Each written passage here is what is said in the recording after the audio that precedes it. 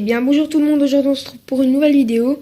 Une vidéo où je vais vous présenter qu'est-ce qu'il faut pour bien maintenir un bernard l'ermite terrestre.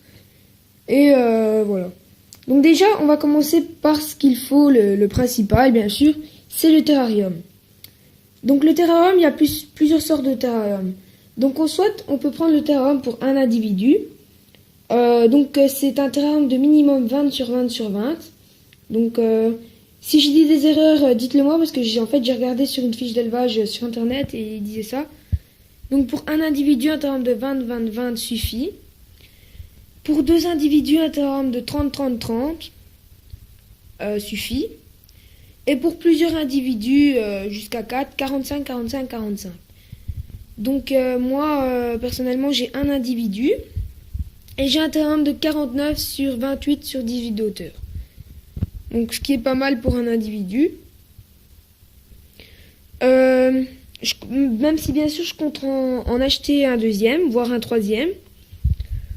Donc après, une fois qu'on a le terrarium, il faut obligatoirement un terrarium avec un couvercle pour bien maintenir l'humidité. Donc moi hier je l'ai eu et j'avais pas mis de couvercle parce que je m'y connaissais pas vraiment. Je l'avais acheté un petit peu sur un coup de cœur, mais je me suis vite renseigné et tout pour l'acquérir, pour bien le maintenir. Parce que souvent les éleveurs font comme ça, de petites bêtes comme ça font des erreurs en croyant que moi personnellement j'ai cru qu'il fallait pas vraiment un grand terrarium. Donc moi je pensais que dans une boîte à grillons ça tiendrait. Eh ben en fait non, et j'ai vite été en magasin, donc acheter tout ce qu'il fallait hier. Et voilà. Parce qu'il faut savoir que les vendeurs en animalerie ne conseillent vraiment pas, faut vraiment pas les écouter. Même si vous dites oui, il faut acheter ci, ça, là, faut acheter ça, faut acheter ça. Eh ben vous leur dites oui, je repasserai chercher ça, mais vous n'achetez pas ça. Hein. Vous vous renseignez sur internet et voilà. Donc après, une fois qu'on a le terrarium, il faut des choses à l'extérieur du terrarium. Déjà, il faut une lampe UV. Donc pour éclairer le terrarium. Et une lampe chauffante pour maintenir une bonne chaleur, donc comme il y a moi ici. Donc moi ici on est à 29 degrés. Pour ça il faut un thermomètre que j'ai pris quelques minutes à mon pogona. Donc moi personnellement la lampe chauffante je l'ai mis pour les tortues en même temps pour le bernard l'ermite. Donc vous voyez c'est vraiment au milieu comme ça. Donc ça chauffe un petit peu ici. Donc là on a 29 et ici on a 32 sur la pierre. Donc voilà. Après, une fois qu'on a ces éléments chauffants, donc qu'est-ce qu'il ne faut pas comme élément chauffant? C'est un tapis chauffant ou un câble chauffant.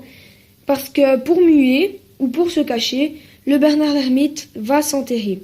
Donc si maintenant le bernard l'ermite va s'enterrer pour aller muer, eh ben il va se brûler avec les câbles chauffants.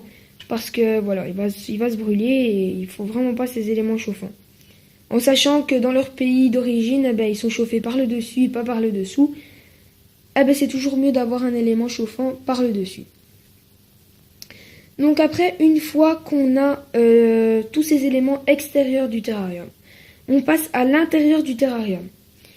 Donc je vais essayer de pas trop faire peur au bernard l'ermite parce que il est encore assez craintif, donc il est là-bas.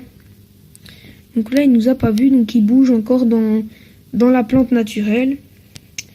Donc on va essayer d'ouvrir le terrarium sans trop lui faire peur. Bah voilà, il a déjà eu peur. Mais c'est juste pour faire la vidéo. Après, je vais bien laisser tranquille.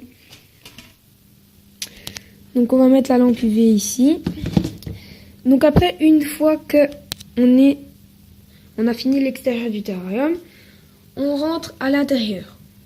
Donc qu'est-ce qu'il faut à l'intérieur du terrarium? Déjà, il faut une gamelle d'eau. Donc ça, c'est le principal.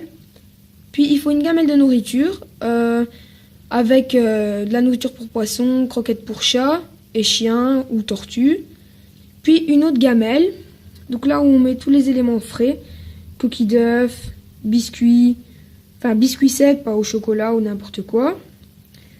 Pommes, salade, voilà. Donc après, il faut du sable comme substrat ou du copeaux de coco. Mais le copeau de coco ou les éclats de coco, comme vous voulez, ça attire les mouches. les mouches de fruits. Donc ça, vraiment, c'est comme vous voulez. Si vous aimez avoir les mouches chez vous, c'est votre problème. Alors après, une fois qu'on a ça, il faut une cachette. Donc la cachette, c'est quand même un élément principal. Parce que pour se cacher, le Bernard l'ermite va soit se cacher dans la cachette si vous en avez une. Et si vous en avez pas, ben, il va s'enterrer. Mais vous allez dire, oui, il s'enterre pas pour muer, là il s'enterrait pour se cacher. Mais ça tombe, il s'enterrait pour muer. Et vous vous êtes trompé et il meurt. Parce que vous l'avez déterré. Donc ça c'est votre problème, vous faites comme vous voulez. Donc après, il faut une branche. Donc parce que souvent les Coenobita aiment grimper. Ou les Bernard l'ermite terrestres, comme vous préférez. Après, il faut des coquilles de rechange. Donc comme ça ici, par exemple. Donc ça, c'est une pinte. Même chose ici, une pinte. Donc celle-ci, elle est un peu grande. Et j'en ai une pour quand elle sera adulte, qui est ici. Donc ça, c'est une toute grosse, vous voyez, par rapport à lui. Il y a encore le temps. Donc il est juste là, on va essayer d'un petit peu le retirer. Donc là, il a pris du feuillage avec lui. Donc ça, c'est une plante que j'ai achetée hier en jardinerie. Enfin, je l'ai plutôt volée. Je l'ai pris, enfin, il y avait de la jardinerie, il y avait un petit peu les fleurs dehors. J'ai pris une poignée et je l'ai mis là. Donc c'est des plantes qui restent vertes même quand elles meurent. Donc autant les prendre. Alors après, qu'est-ce qu'il faut encore dans le terrarium? Un thermomètre, ce qui n'est pas obligatoire, mais même moi j'en ai un pour 3 terras. Pour le pogona, pour le Bernard l'ermite et pour les tortues, mais le thermomètre externe, c'est pas vraiment important. Donc pour le pogona et le Bernard l'ermite. Donc là je l'ai juste mis pour vous faire montrer. Donc là vous voyez, il est à 29 degrés.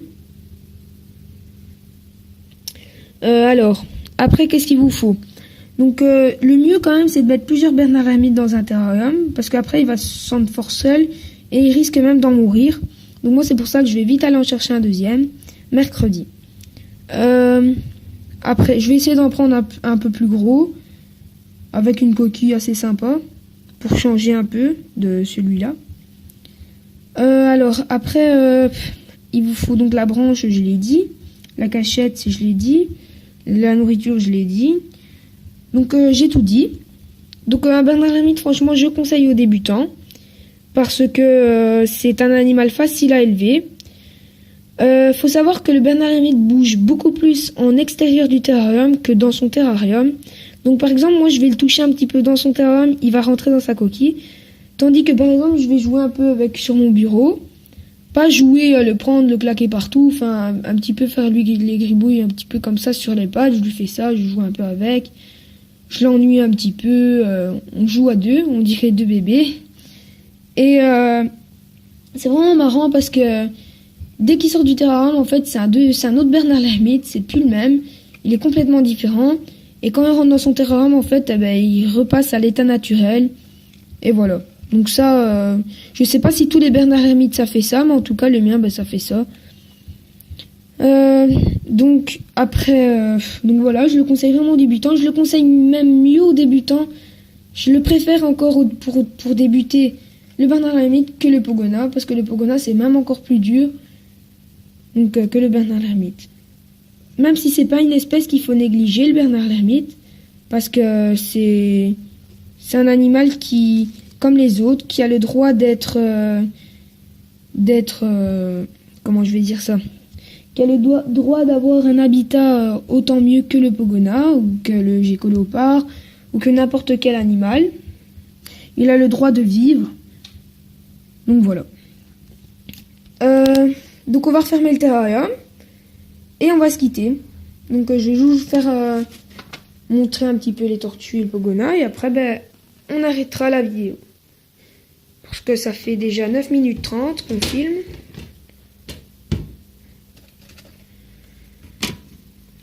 Donc là, je vais vous faire un petit passage sur les tortues. La Pelomédusa subrufa et la tortue de Floride qui est juste ici. Et pour le pogona, rien n'a changé. Lui, il est toujours là. Il vient de manger aussi ses légumes. Et voilà. Donc ciao les gens, n'oubliez pas de vous abonner.